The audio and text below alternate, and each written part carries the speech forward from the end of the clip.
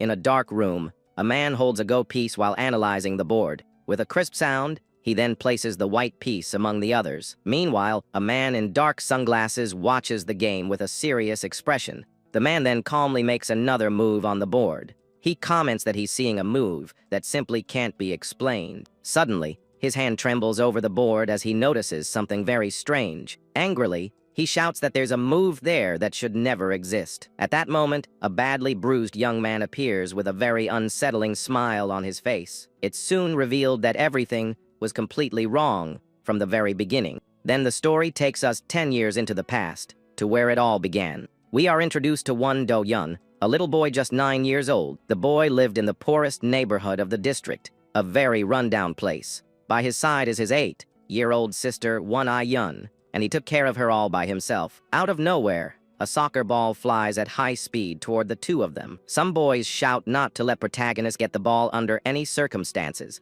One of them says he needs to at least grab his clothes to stop him, but the boy is fast and keeps running, not caring about the others. The ball goes straight for the goal, but Do-yoon deflects it, and it hits the wall hard. Seeing this, a brown-haired boy yells, very irritated with the goalie. The ball then bounces hard off the wall and returns to the middle of the field. He was considered the weakest of all in that grim place.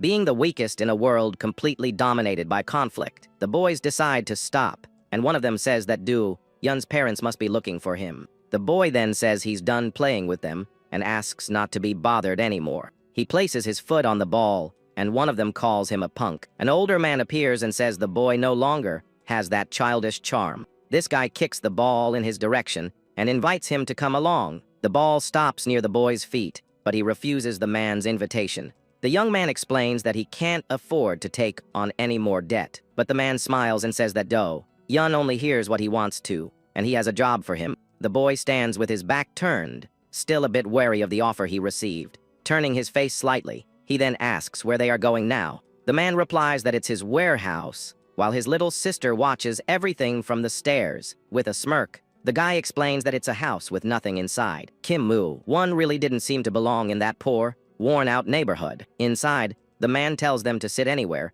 as he doesn't care. He comments that dragging 2 kids around has made him hungry, but Do-yoon just wants the job. Then, he eats some uncooked ramen, and says that he's actually the one who's hungry. The man then throws several packages on the table and tells the boy to sort the clothes. The protagonist remains silent for a moment, just analyzing the situation. Seeing his reaction, the man says there's more stuff than last time. The guy then agrees to pay more and calls the young man a demanding brat. When his sister tries to help, Do-yoon stops her, saying that this job is his alone. The boy then asks if the job is over as soon as he finishes sorting. However, the man says no and appears with a hot pot, calling them to eat. He places the food on the table and explains that the meal is also part of the job. In a serious tone, the guy states that they shouldn't eat alone. Surprised, the boy asks to have the cost of the food deducted from his payment.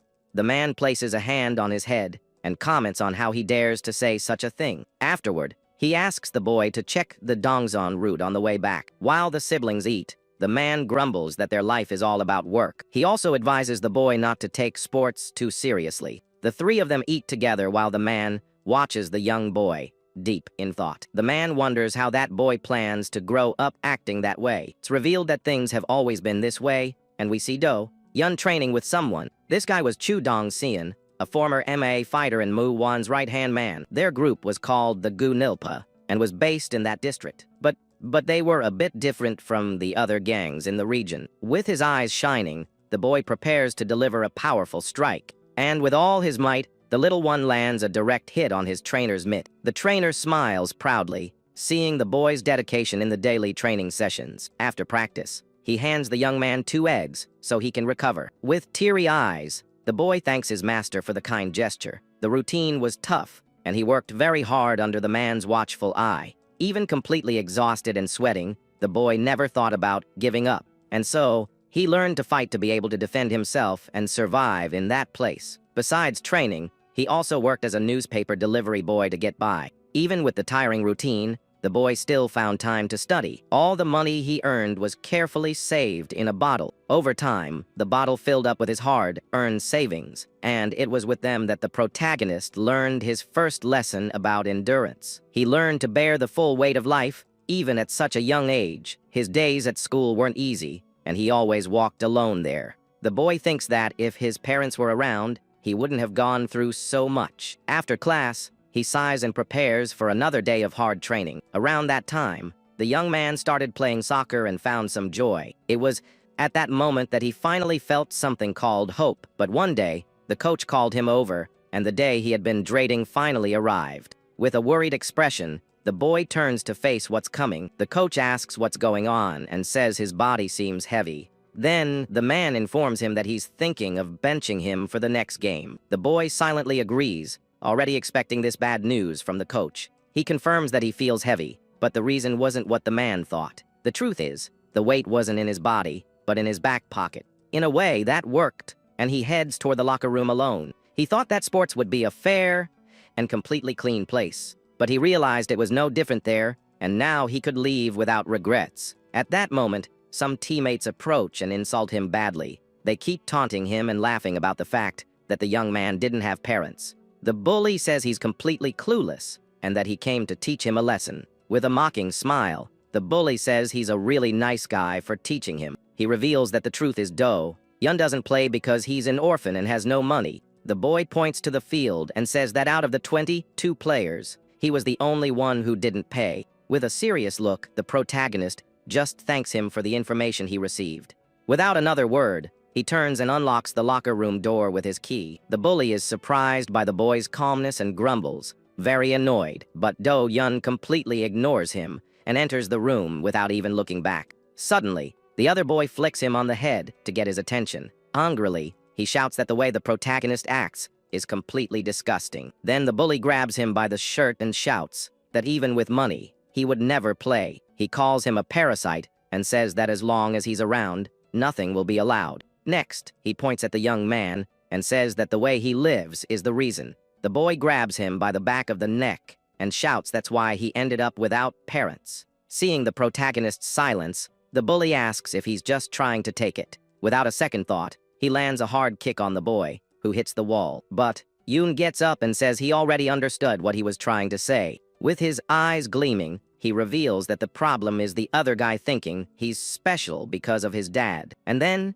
without hesitation, the protagonist lands a powerful punch on the bully's face. The boy's face is completely messed up after taking the hit. Lying on the floor, the bully hears the protagonist tell him to keep talking nonsense. That way, he says, he'll feel less guilty about what he's about to do. And without mercy, he starts to go after the boy who is on the ground, not fighting back. He grabs a soccer ball and kicks it with all his strength. The ball strikes the bully square in the head, sending him flying from the intense impact. The force is so great that the boy's head even dents the metal goalpost. From a distance, the coach and another person watch the whole scene with a smile, but in reality, the coach was screaming in desperation at what he had just seen. With a cold stare, the protagonist warns that he's done with him as of today. A few days after the incident, a meeting takes place in the principal's office. The reason for the meeting was precisely the intense incident that occurred between the students. The school principal announces that the protagonist has already received a severe punishment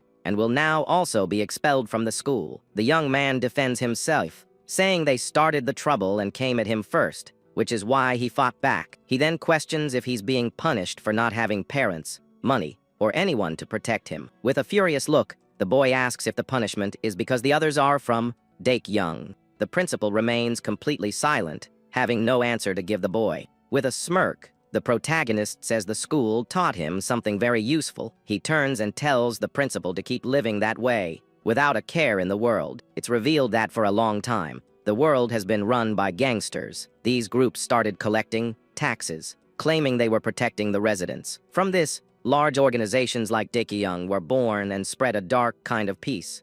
The boy then cries out of anger and frustration at the injustice he has just suffered, but he quickly wipes away his tears, trying to stay strong despite everything. The sun sets on the horizon, and night begins to fall over the poor neighborhood. With a clenched fist, he thinks that the reason for everything being this way, sir, is because the world is a harsh place, completely dominated by the strongest. He understands that everything was wrong from the beginning, and that nothing would be fair for him. The boy then stops in front of an old door with some strange stains on it. He remembers that from the big syndicates to the local thugs, They are all the same. To settle this old score, he needs to turn the tables as he had planned. The young man decides to use the same law of power that they used against him. Upon seeing him, Mu-won greets him and asks what happened to his eyes. All the members of the Gunilpa look at the boy with curiosity and surprise. Without a word, the protagonist throws his heavy backpack on the floor with a loud thud. He shows the contents and says that in there is everything he owns, and double the amount of the debt. The boss is surprised and says that he never actually lent the boy any money. The young man explains that he added up everything the man did for him, like food and work. Annoyed, the guy says he doesn't need that money and tells him to get out of there. But the boy insists and asks him to accept it, as it's his final settlement with the past. The man says he's being nice, but the boy needs to listen if he wants to stay there. Do-yoon then approaches and says that he really has something important to say. With a serious look, the boss listens attentively to the boy's proposal before him. The young man then bows as a sign of respect and asks to be accepted as his son. He promises that in return, he will give the man something he always wanted but never got. Everyone in the room falls silent, just watching the completely unexpected scene. The gang's boss stares at him with a calculating and curious gaze. He comments that he wondered what the boy would become, but only his body has changed. The man then asks if the young man really thinks he knows what he wants. Without hesitation,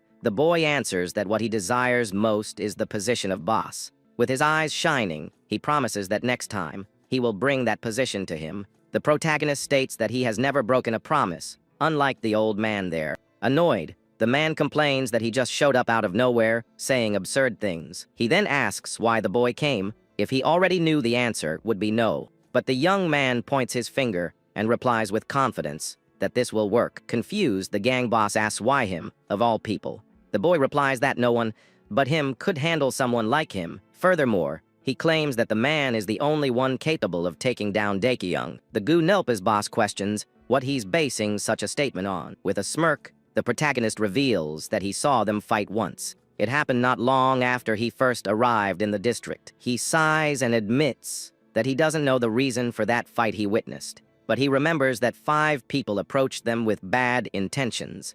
Actually, it was just 2 people who faced a crowd of enemies. A horde of thugs surrounded the 2 men, who prepared to fight. Then a fierce fight began, and the 2 faced their enemies without fear. The fight was intense, and the blows were delivered with great force and ferocity. The 2 fought bravely against the larger group that attacked them relentlessly. The intensity of that night was something the young man had never seen before. All kinds of weapons were used in that rough, no-rules battle. Cries of pain echoed through the dark alley as the fight continued. Do-yoon comments that they didn't give their enemies a chance to get away from that place. Hidden, the boy and his sister watched the scene with eyes wide with fear. He thinks that he could never forget what he saw right in front of him that night. The image of the 2 men standing with their backs to him was forever etched in his memory. In the present, one of the men wonders if something like that really happened in the past. We are then introduced to the 2 fighters from that night bang, Jiu and Chudong-san. One of them explains that the boy is referring to when they were demoted. The gang boss understands and says that's more than enough of an explanation. The boy turns to leave while the man says that he has heard enough. Already at the door, he warns that they can no longer stop what is about to happen. Then he turns the doorknob and leaves the room, determined to follow through with his plan. The other members ask what the boss will do, and he says there's no other option. One of them comments that the boy is no good, and that they can't handle this. The boss leans back, and his colleague says it's been a while since they've disagreed. Lying on the sofa, the man says that no organization could handle that. He laments that the boy couldn't manage to wait just 2 more years. He then thinks that he treated the boy like a son, but didn't expect his return. At that, he remembers the young man saying he wanted to become someone like him. A memory of a child saying he wants to be like his father when he grows up comes to mind. The boss thinks that the boy started saying strange things, and it's not normal at all. He then sits up on the sofa while reflecting on the boy's adoption request. The man stands up and grabs a cardboard box, saying it's been a long time. Inside the box, he finds several mementos, including a photo of the protagonist. He then picks up a crumpled piece of paper that was stored inside. A memory of an accident with a van suddenly flashes in his mind. At a service, photos of the boy's parents are surrounded by white flowers. It's revealed that Mu-won was disciplined for repeated failures and internal disorder. Additionally, He was accused of neglecting his responsibilities for a long time. His failures harmed not only his team, but also other departments. A personnel notice announces the change in position for manager Kim Moo-won. With a box in his hands, he walks away from the building until a new notice is given. He was transferred to work at the District 1 branch as a manager. His new mission was to protect all areas of Guncheongdong, a dangerous place. The company then asks that he dedicate his efforts to completing the task. At the location, he meets some men who seem to be his new subordinates. With a box in his hands, he enters his new office for the first time. He then looks at the crumpled paper with the notice of his transfer. Angrily, the man crumples the paper with all his strength and throws it on the floor. Sitting on the sofa, he looks completely dejected with his new reality. His eyes gleam with a contained fury as he thinks about his situation. He then sighs and places his hand on the box with his personal belongings. The Gunopa's boss thinks that the boy always knows exactly how to get under his skin. At that moment, someone knocks on the door and calls him for an important conversation. One of his men identifies himself as Song Jae and asks if he can come in. He slowly opens the door and enters the room to speak with his leader. The man says he brought some medicine and finds him sitting on the floor drinking. He then asks what happened and why he was drinking alone. His colleague explains that Do-yoon was expelled after a fight with boys from Daekyung. The boss comments that the situation had already been difficult for him for a good while. Worried, he asks if his colleague is referring to Yun, the boy's sister. The man confirms and says that the boy has always been a very strange child. The two drink together, and one of them says that the young man has become a problem. He also warns that a boy that determined will end up in a dangerous place.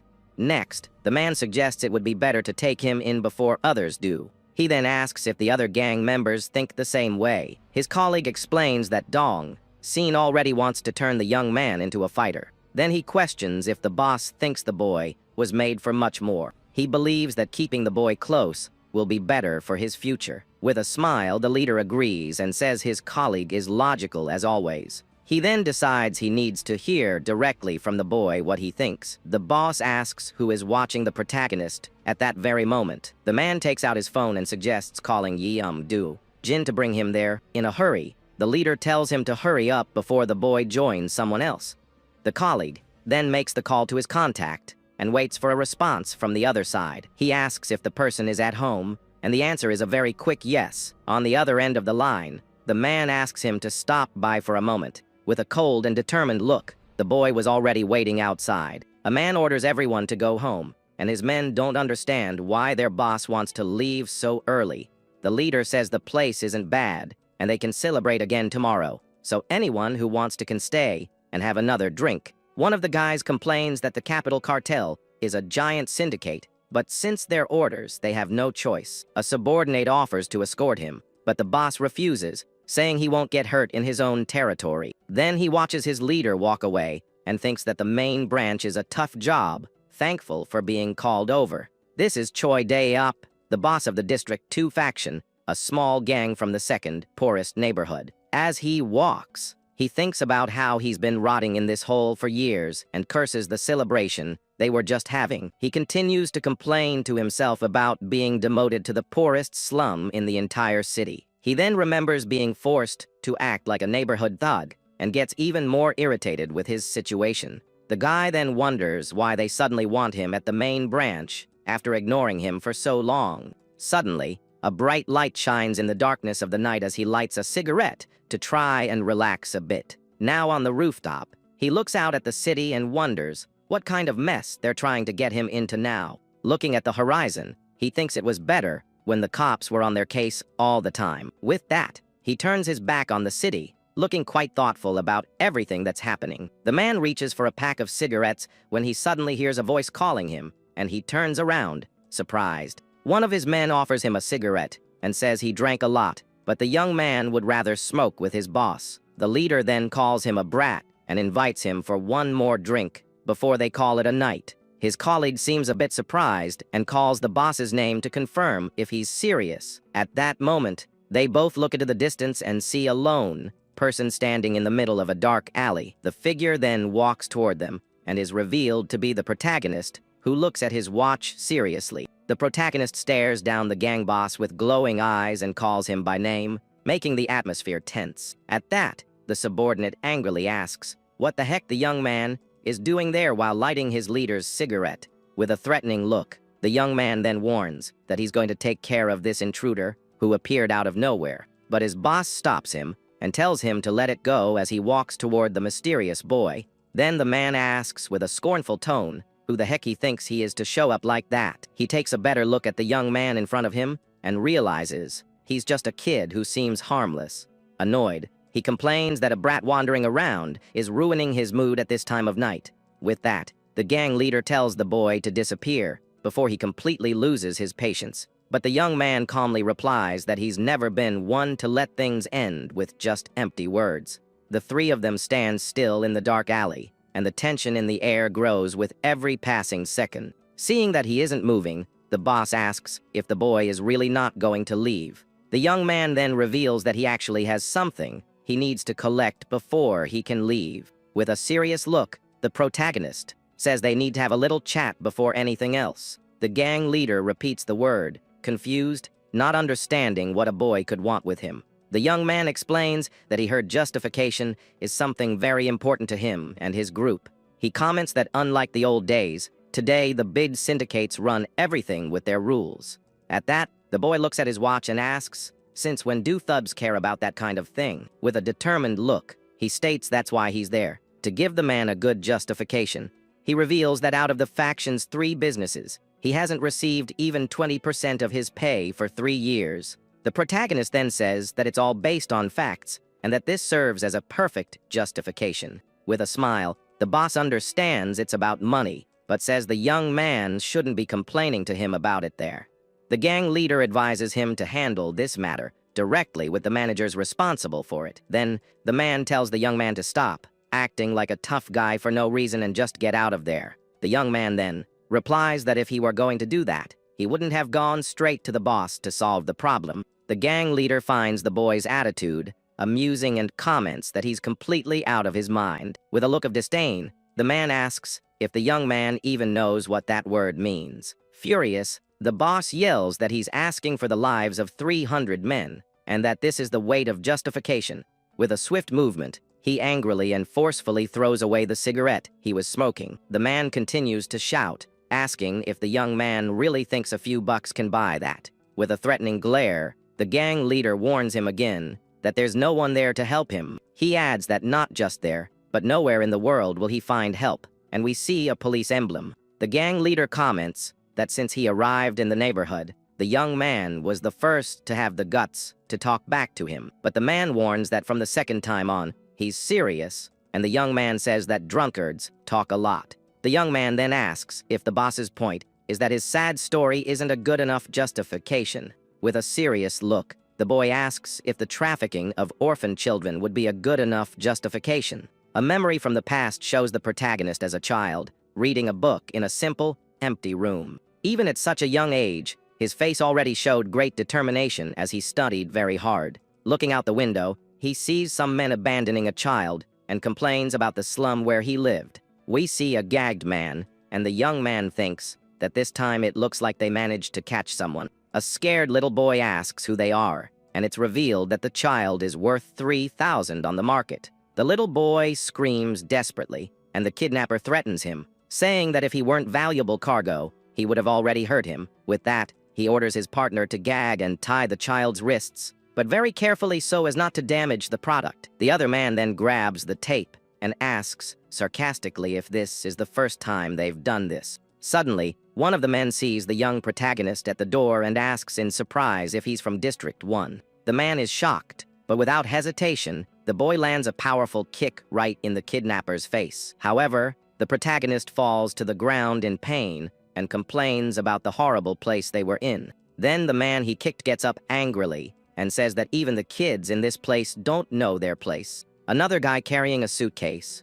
tells the boss they're going to make good money and should leave soon. At that, the men decide to leave before they're seen, leaving the young boy behind on the ground. But one of them remembers something important, and they stop before completely leaving the alley. He then asks what they should do with the boy, who is still on the ground, unable to move. Another man approaches and kicks the boy with great force, while he lies completely defenseless on the ground. He says he doesn't want to have to deal with a body later, suggesting they should finish the boy off right there. The young boy lies motionless on the ground after the brutal attack he suffered from the kidnappers. Back in the present, the protagonist explains that the guys from District 2 kidnap and sell the children from District 1. He then asks the gang boss if that is a good enough justification for him to finally take action. The leader's eyes widen as he processes the heavy accusation he just heard from the young man. With a serious look, he asks who else knows about this whole child trafficking scheme.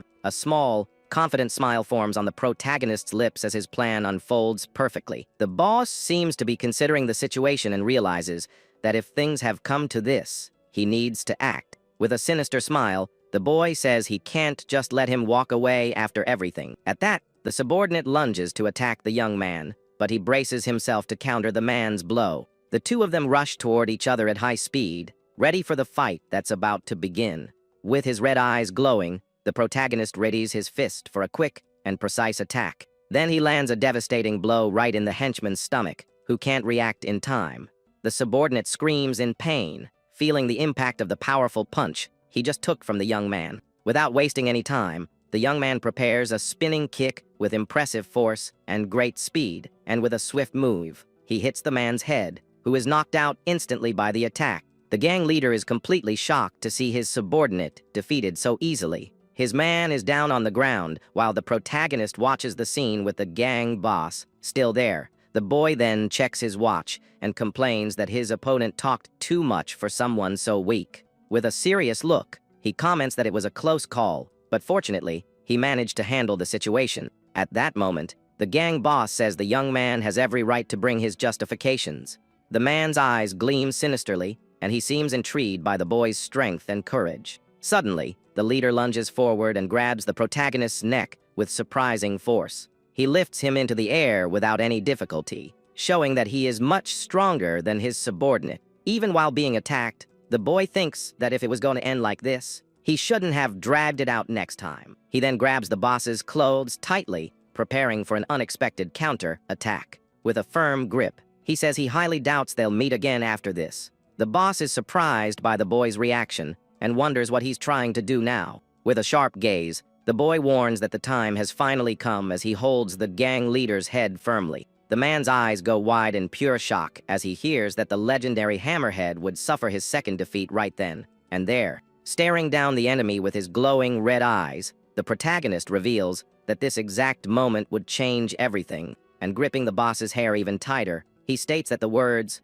"second defeat," had already sealed his fate. Without hesitation, the young man lands a devastating blow and warns that District 1 will be completely wiped off the city's map. The impact of the punch is so strong that the man's body flies backward, unable to offer any resistance to the attack. At that exact moment, heavy footsteps are heard, and a mysterious voice tells the boy to take his hands off the gang leader. From the shadows emerges a muscular man with a threatening look, warning that if he touches his partner again, there will be payback. With an expression of pure fury, the newcomer threatens the young man, saying he'll finish him if the assault continues. Meanwhile, somewhere else, a guy is on the phone asking where the faction members are celebrating the promotion. Upon receiving the location near the barbecue restaurant, he gets up from the couch, confirming he got the message. At that, the man hangs up the phone and grips the device tightly, looking ready to resolve this situation for good. A tattooed young man, who is a former fighter and the boss's right-hand man,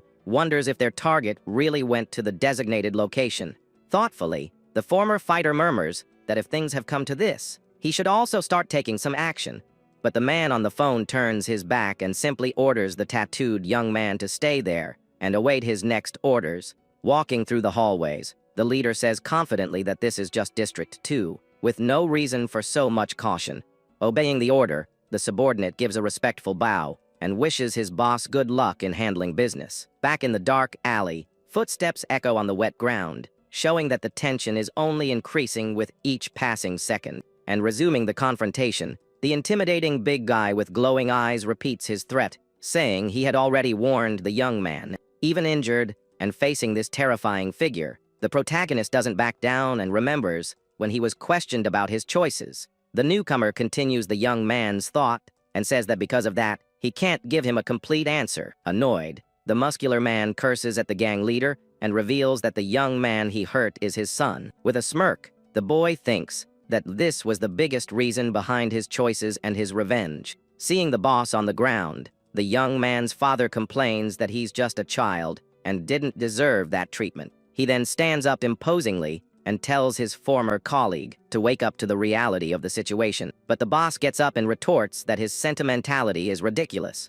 and that in their line of work, there are no children. With a look of fury, the protector yells that he's the one who's delusional and needs to get real. He then grabs the gang boss's arm and warns that those who talk nonsense are treated like trash. The man fights back with a punch and curses his opponent as the two begin an intense fight in the alley. Dodging the attack, the young man's father prepares for a counter-attack and threatens his enemy again. With a serious and menacing look, he says that this time, instead of his eyes, he'll rip off his ear. The gang boss isn't intimidated and charges forward with clenched fists, ready to continue the fight right there. He lands a powerful punch right in the protector's face, who feels the strong impact of the blow.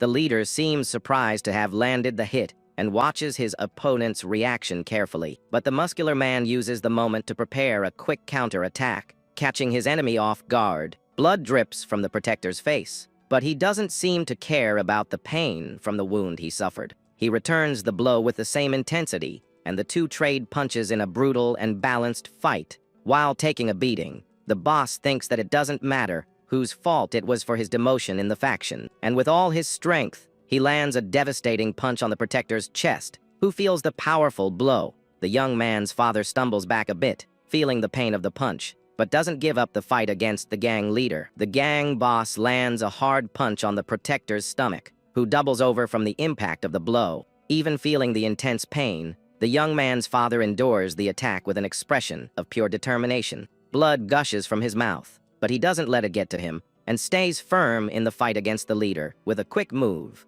he stops the boss's next punch, and his eyes glow with a red light. And without wasting time, the protector retaliates with a devastating blow right in his former colleague's face. The protagonist watches the intense fight with a surprised expression on his face. Still on the ground, the gang leader feels the impact of the punch, and his face gets bruised from the powerful counter-attack. Lying on the ground, the young man keeps his eyes open and bright, watching everything that happens. The protector continues his assault and lands another blow on the boss, who can't defend himself in time. The leader stumbles backward, losing his balance after receiving the series of attacks from his opponent. With a quick spin, the young man's father prepares for another blow while the boss tries to recover. The gang leader angrily curses his opponent and gets ready to continue the intense fight. Then, the protector reveals that his rival doesn't even know the real reason he was demoted in the faction, but he just stared at his boss, a little calmly. In a mocking tone, the muscular man asks if the gang leader is afraid of the situation. On the ground, the protagonist yells in frustration at the whole fight happening right in front of him. But the boss composes himself and says he's waited an entire decade for this moment of confrontation. He continues, saying that even though he was demoted over something stupid, he hasn't lost his strength. An image of a hammerhead shark appears, and he declares that the hammerhead still has his bite. With a determined look, the gang leader prepares to show that he's still a dangerous fighter. The fight continues, and the protector lands a devastating punch that sends the gang boss straight to the ground. With his eyes glowing red, the boy's father shows he's not messing around and will see this through to the end. The protagonist watches the whole scene with an expression of awe and admiration for his protector's strength. Lying on the ground, the gang leader looks up at the sky with a bruised face, completely defeated in the fight. The scene is one of destruction, with both opponents on the ground, and the muscular man standing as the sole victor, victorious. The young man's father stares down at his former colleague on the ground with an imposing and very cold posture. He then approaches and grabs the boss by the collar, reminding him that he had already warned him about the consequences. Fulfilling his promise, the protector prepares to bite his rival's ear brutally and without hesitation. The gang leader screams in pain and agony, feeling the terrible attack from his merciless opponent. Blood runs down his face, and he writhes on the ground after suffering a very serious injury. The protagonist reflects that the result is always the same, and even without knowing the details, Kim Mo-won always wins. With a slight smile, he thinks that in the world, there are those who destroy and those who are destroyed, That's the law. And even the feared hammerhead, who was always the predator, ended up becoming the prey in the end. Looking at his protector, he understands that this man knows exactly what kind of message he needs to send. The boy's father not only keeps his word, but he makes sure that everyone remembers it well. At that moment, the young man realizes that it didn't matter how the fight went down, because the ending was already decided. With a bruised face, Kim Mo-won shows that this is his way of settling things once and for all.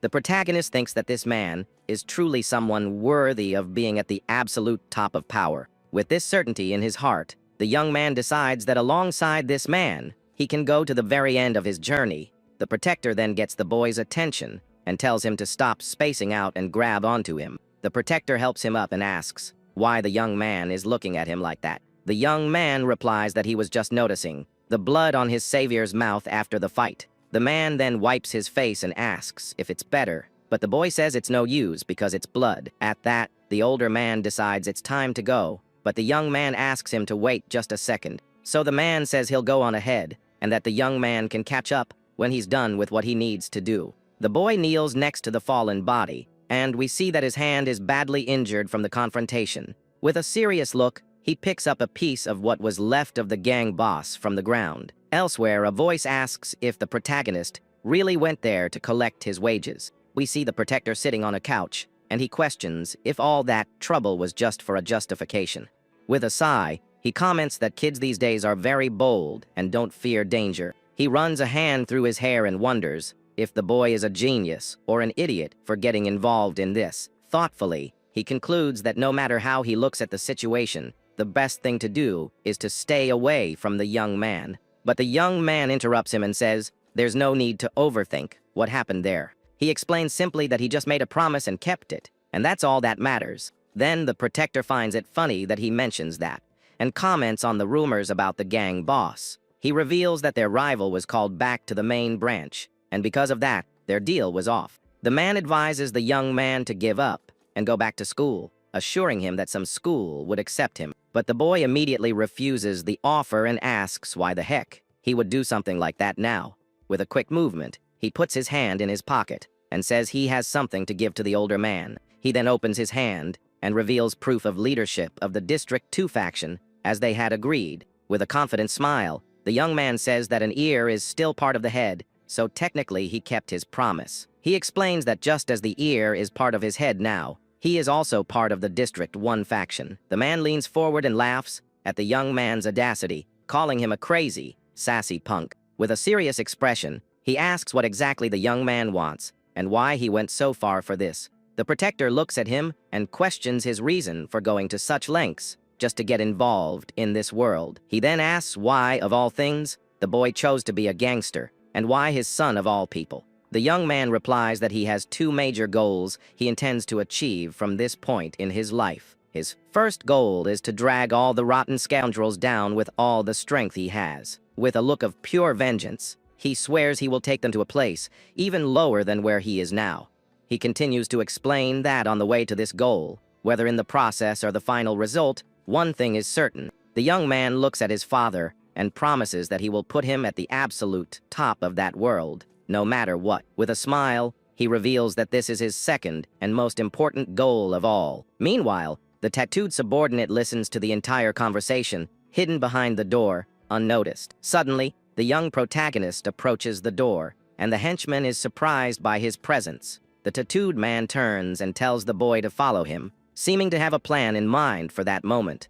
The two of them walk through the dark night toward an unknown place, and the atmosphere between them is tense. The young man asks if they are going to the same place as before, and the older man doesn't answer. They arrive at a convenience store and stop in front of the establishment, illuminated by the night. The tattooed subordinate then offers a blue popsicle to the young man, who is a bit confused by the gesture.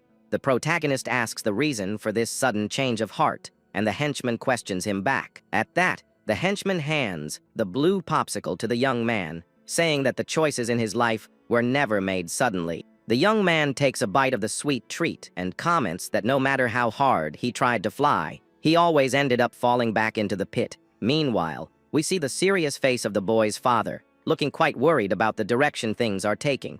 The older man had warned that unless there was a good reason, His son should stay in the light and use his fists only in the ring. Back in the alley, the tattooed man praises the protagonist, stating that he truly has a natural talent for fighting, with the popsicle in his mouth. The boy listens as the henchman says that although he has lost his way in life, the young man can still have a bright future. Next, we see the young man's father smiling and asking him to forget this crazy idea, leaving the syndicate business to the adults. But with a sharp and angry look, the protagonist simply replies that it's now too late to turn back. He continues his line of reasoning, stating that if he doesn't take charge of the situation, absolutely nothing will change. At that, the boy recalls his father's warning, saying he didn't teach him how to fight just so he could get into street brawls. The young man takes a deep breath, looking a bit frustrated, and agrees, saying he knows very well everything he was taught. Then the subordinate holds his own sweet treat and questions if what he and the boss are trying to do isn't just another act of revenge.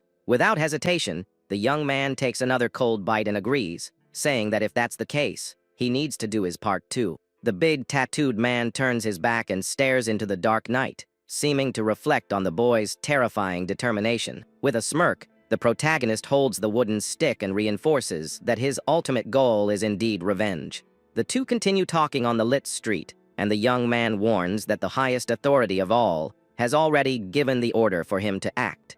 With a tone of great respect, he reveals that this ultimate authority is none other than Kim Muon, who is his own father. Far away, we see someone's hands crumpling the empty wrapper of a sweet treat with great force, showing some anxiety. Then, the person throws the paper ball directly into the trash, showing that the break time was over. A bearded man relaxes on the sofa, smoking calmly, when the door opens and he greets the tattooed henchman named Dong-seun. The boss asks his subordinate if the young Do-yoon got home safely, and he bows respectfully. The tattooed man replies yes, and that he personally accompanied him to ensure everything was fine between them. With a tired look, the leader comments that things with that boy ended up taking an unexpected turn. At that, the henchman respectfully asks why his boss agreed to the young protagonist's crazy plan. The older man then begins to explain that even if he hadn't taken him in as a son, nothing would change. He states that the boy would have gone after the capital Cartel anyway, and his subordinate is shocked by the revelation. With a wave of his hand, the leader continues his reasoning and says that besides all that, there was another important reason. A memory of the piece the young man brought as proof of his promise comes up in their conversation. He explains that the young man blackmailed him by fulfilling his part of the deal and bringing what was asked, leaving him no choice.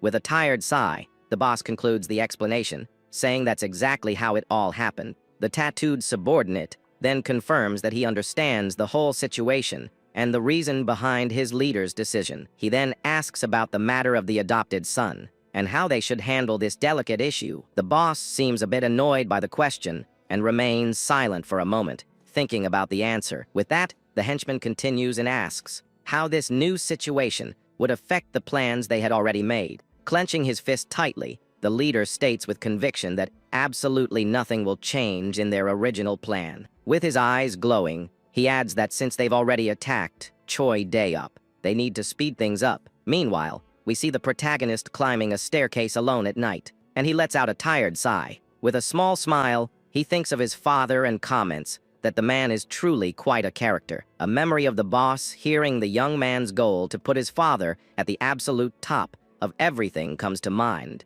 With a determined look, the protagonist reinforces in his thoughts that this is his second and greatest goal of all. The leader then angrily questions if the young man thinks he can just use him to do his dirty work. But the young man replies with a calm smile that of course not, and shows that he has other plans. At that, the older man is in shock when the boy declares that from that day on, he will be his father. With a serious look, the protagonist even asks if he happens to be wrong in his statement. The man sighs and calls the boy a crazy punk, saying that's not something you decide so easily. He explains that a son is everything in a father's life, and no matter what you do for them, it's never enough. At that, the boss continues and says he's sure the young man's real parents felt the same way about him. With a worried look, the man asks if the young man is sure he's okay with this decision. The boy replies that's exactly why, and that from now on, he will become Kim Do-yoon. He reveals that it was because of him that his father went after his rival after staying away for 10 years.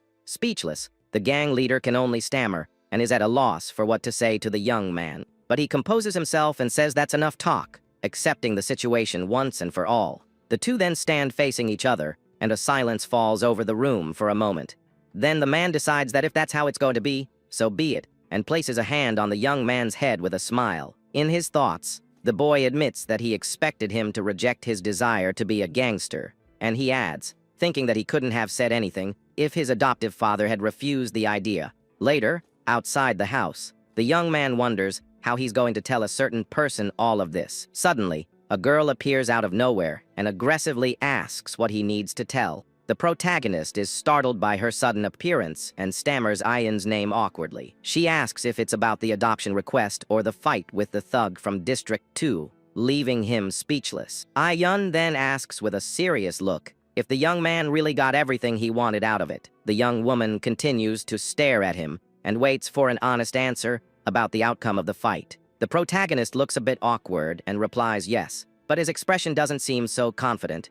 She says that's good, and that it would be terrible if his first plan went wrong right at the beginning. With that, the young woman turns and tells the young man to come inside so they can eat something together. Do-yoon is surprised, and the girl comments that he probably hadn't even had dinner yet that night. The young man thanks her somewhat awkwardly as he watches her walk away and go back inside the house. Next, we see the simple house where they live together in this neighborhood far from the city center. Already inside, everyone is gathered, and the atmosphere in the room seems quite serious and a bit tense. One of the men complains that having the new guy sitting there with them is very strange and uncomfortable. But the group's leader just replies that there's nothing to be done and that everyone needs to get used to it. Then the boss looks at his adopted son and asks if he managed to sort everything out that he needed to. The young man explains that sorting things out just meant talking to Ayan, and she already knew everything. With that, the older man tells the boy to finally explain his plan and the reason he wants to join. Do-yoon starts talking about the fastest method, with the highest chance of success that he thought of. The young man then reveals a plan so bold that his words are censored for their aggressiveness. The young man's father comments that he already imagined the kind of thing his heir was planning to do, but the leader rejects the idea on the spot and says that plan is completely out of the question. He explains that for a large operation, the most important thing of all is the group's safety. With a serious look, the boss warns that he will only approve if the plan ensures everyone gets out alive. The boss says there's no rush and that they will stick to the original plan, clearing out the districts one by one. One of his men nods in agreement and says he perfectly understood his leader's order. Suddenly, the door is kicked open, and everyone stands up on alert as a voice asks if this is the place. Members of the District 2 faction appear at the door, confirming that this is the office they were looking for. The group of invaders then faces the protagonist's team, who are gathered inside the small room. Without a second thought, one of Moan's men, named Taeju, runs at high speed to attack the intruders. With his teeth clenched in anger, the fighter yells at the invaders as he prepares for the first attack. The men from the other faction are completely surprised and scared by the violent and unexpected reaction. He then lands a devastating punch on one of the henchmen, who has no time to defend against the blow. The impact is so strong that the man flies backward, knocking over his companions in the process. With his eyes glowing red, the fighter already readies his fist for the next attack without hesitation. He lands another powerful blow on one of the invaders who tries to protect himself but fails in time. And with a swift movement, the man from Faction 1 lands a precise kick to his opponent's face. At that, the entire team joins the fray and starts attacking the rival faction members with everything they've got. We see a close-up of Taeju's fist landing squarely on one of the enemy's faces with great force. With a spinning motion, his foot hits another one of the henchmen, who was trying to approach him from behind. He continues the assault and lands a brutal blow on another guy's head, who is stunned by the hit. The man falls to the ground, defeated, while the protagonist watches the fight from a distance in silence. Even after taking down several of them, the fighter still looks furious and ready to continue the brawl. One of the invaders has a look of pure terror on his face as he sees the strength of his opponent. But Taeju shows no mercy and lands a devastating punch right in the scared henchman's face. The man is thrown to the ground by the impact of the blow, and the fight seems to be over for him. Meanwhile, the boss watches the whole commotion with a calm and controlled expression on his face. Behind one of the team members, the young Do-yoon also watches everything with a surprised look. Lying on the ground, one of the men begs the fighter to wait and not continue the brutal attack. With a dark look, the boy's adoptive father then orders Taeju to stop, as it's been enough. The fighter is on top of the fallen man and prepares to deliver the final blow and finish him for good. But he stops and looks at his boss, obeying the order immediately, and gets off the enemy. With the fight over, one of the members comments that those guys were nothing special in the end. The same man then wonders why the heck the District 2 faction decided to attack them. The man on the ground reveals that they also saw everything that happened to their boss. He continues, saying that everyone saw boss Choi Dae-op get defeated, and the young man's father stares at him. At that, one of the members asks if they are there to get revenge for their former leader's defeat. But the henchman desperately denies it and says that's not it at all as he raises his hands. He bows in a gesture of supplication and begs them to accept him into the faction once and for all. The man explains that they are just a small branch, and they surrender unconditionally to the new power. One of the men repeats the invader's words, looking quite confused by the total surrender. With a small smile, the protagonist reveals that the first step of the plan is to dominate the districts. The young man states that District 2 will fall into their laps without them having to lift a single finger. One of the members then questions if the great capital Cartel will simply hand over the district. The young man calmly replies no, and that they would never do something like that so easily. The man then asks why they gave up, and we see the confident look of the young strategist. He explains that the districts are a land that nobody wants and that they have no economic value. The capital Cartel only sent Choi Dae-op there to keep the Huxiong gang in check. At that point, the capital Cartel called him back, and with him gone, no one else has a reason to care. This leaves the remnants of the District 2 faction with only one choice to make. They can either bow their heads and surrender, or be completely wiped out from the city. That's why they needed to attack Choi Dae-op and give the others a justification to surrender. The young man then asks them to think about what happens when men see their leader get crushed. Those who witness their boss's absolute authority first and become completely terrified. With a confident smile, the young man asserts that the District 2 faction will kneel before them. Then, they will just absorb the remaining members and take over District 2 completely. If his prediction is correct, his first job as a member has already been completed without a single casualty. The man is shocked by the young man's mind and wonders what the heck goes on inside his head. At that moment, the protagonist comments that this was the perfect time for everything to happen. The gang leader stares at his adopted son, completely shocked by the situation he created. In his thoughts, the older man can hardly believe how this whole situation unfolded. The men bow again and beg to be allowed to live, promising to do whatever they're told. The young man's father puts a hand on his head and says that this is all simply unbelievable. One of the men then turns to the boss and asks what the final decision will be on the matter. The boss says they came crawling and asks what else they could do in this situation. So he decides he will accept them into the faction, but with one important condition for all of them. He warns that for now, they will stay in District 2, and if their plans are bad, the partnership is over. The men thank him and bow, promising they won't disappoint the new leader who has taken them in. The leader then appoints the guy as the new chief and says he will report to Song Jae from now on. The new person in charge shouts that he understands and swears they won't be a burden to the new faction. With a tired sigh, the young man's father gestures with his hand and tells them all to get out. The new leader and his men say their goodbyes and begin to leave the room, still helping the injured. With that, the door closes and the room falls silent again. After all the commotion, the original team is now alone in the room, and the atmosphere seems a bit more relaxed among them. The leader turns to one of his men and warns him that he'll have a tough time with the new members. But the young man replies that it's nothing, and that he'll keep an eye on them to make sure they don't cause any trouble. With his back to everyone, the protagonist thinks that it seems like everything went exactly as he planned. With a smile, the young man states that everything turned out perfectly and that he won't accept any more complaints. The boy's adoptive father just stares at him with an expression of someone who can't believe it. Another team member also looks at the young man with a surprised face at what he just heard. But Taeju, who had been quiet, gives a thumbs up, seemingly approving of the attitude. We also see another member who just watches the scene with a very thoughtful look. The tattooed man then turns to the young man and tells him to just admit it was a good plan. The boy says he can read the room and that he's leaving now because he needs to prepare for the next step. From the doorway, he looks back one last time and says he has things to prepare for the future. Then the young man leaves the room and the door closes again, leaving the team behind to discuss. Meanwhile, elsewhere, we see Choi Dae-op walking down a hallway looking anything but friendly. He lets out a sigh of frustration and seems to be very annoyed with everything that has happened.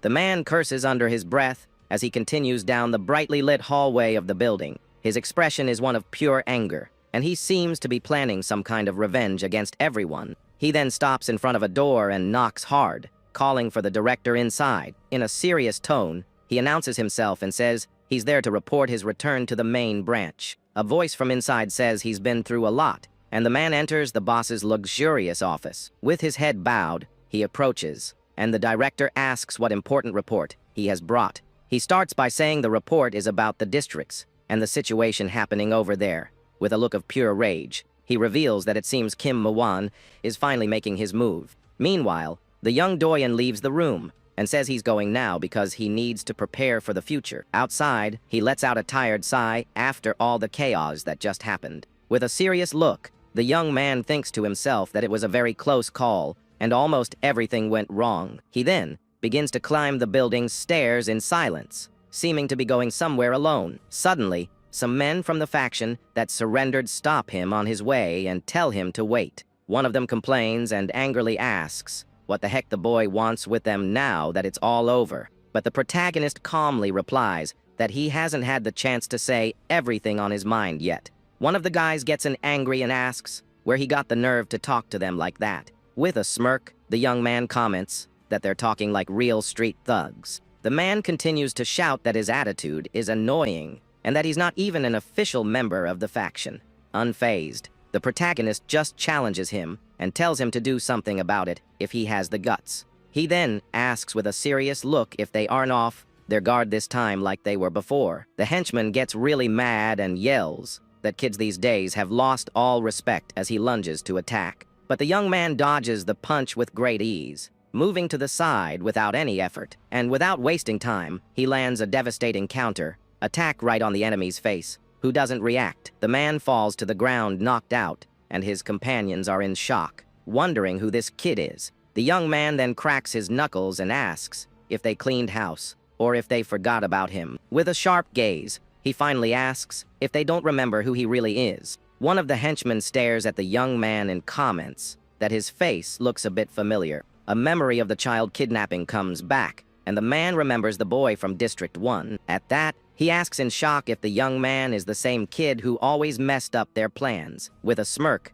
the protagonist confirms it, saying it looks like he finally remembered. The henchman becomes furious and yells that the young man has no idea what he went through to get into the faction. With a clenched fist, he says that's why the young man knows things he shouldn't know. He then runs toward the boy, shouting that because of that, he can't be left alive. With an expression of pure rage, the man repeats the threat, saying the young man can't leave there. But the protagonist dodges the attack and prepares for a quick and precise counter-attack. And with a precise movement, he lands a powerful punch right on his opponent's face. The henchman feels the impact of the blow, and his face contorts in pain from the force of the attack. Without giving him time to react, the young man lands another powerful blow on the man's head. Lying on the ground, the protagonist warns that actually, he's the one who can't be left alive. The young man then prepares to deliver the final blow and end the fight once and for all. And with a strong stomp, he finishes his opponent,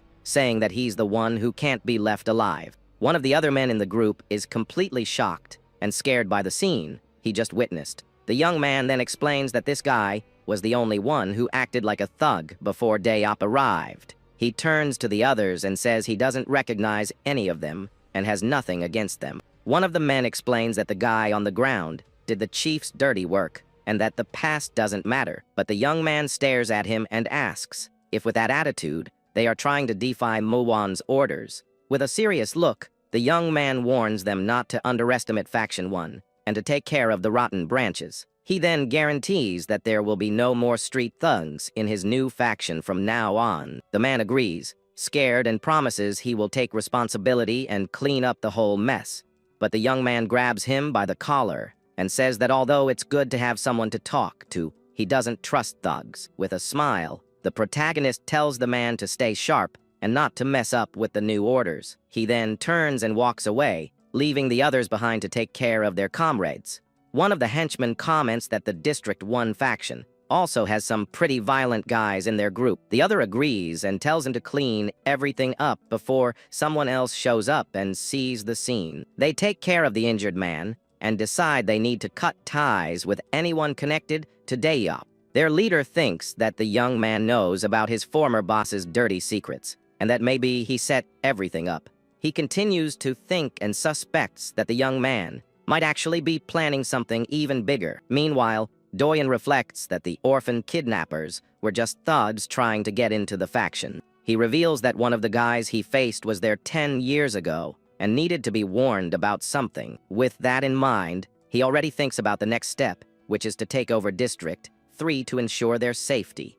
The young man arrives home and thinks that his father and the others must be thinking of the same strategy. Suddenly, he hears a strange noise coming from outside and stops before entering the house. On the ground, he sees his old school uniform with his old name all crossed out and thrown away. A new guy with a bruised nose appears and calls him a beggar, saying it was hard to find him. The protagonist just stares at the newcomer with a serious and very cold look without saying a word. It's revealed that this is Wong Sung-yak, the son of a director from the powerful capital Cartel. The director's son approaches and asks if the young man was the one responsible for taking down Choi Dae-up. The two then stare at each other in silence, and the tense atmosphere grows with every passing second. The newcomer complains that because of the protagonist, his days of living the good life are over for good. With a look of contempt, he comments that the young man's eyes are extremely annoying to him. At that, he threatens him, saying he's going to ruin every little thing Do-yoon tries to do from now on. He warns the boy to expect attacks wherever the cartel operates,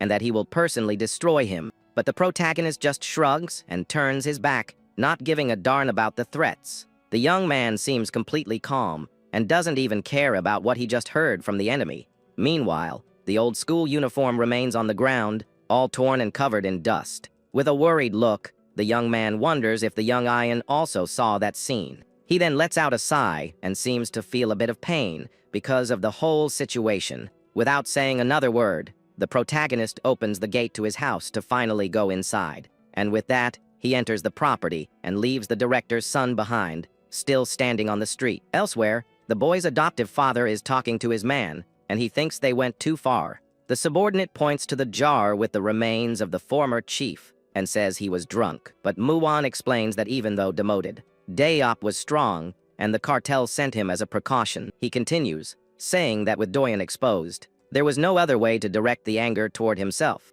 The chief reveals that the brat who threatened him is a director's son, and that he will take care of it. With a bottle in hand, he states that he will take responsibility for both situations. His man then asks if he wants the jar to be sent to the former chief in his name. With his eyes glowing, the leader agrees and says they need to do it to provoke the giant.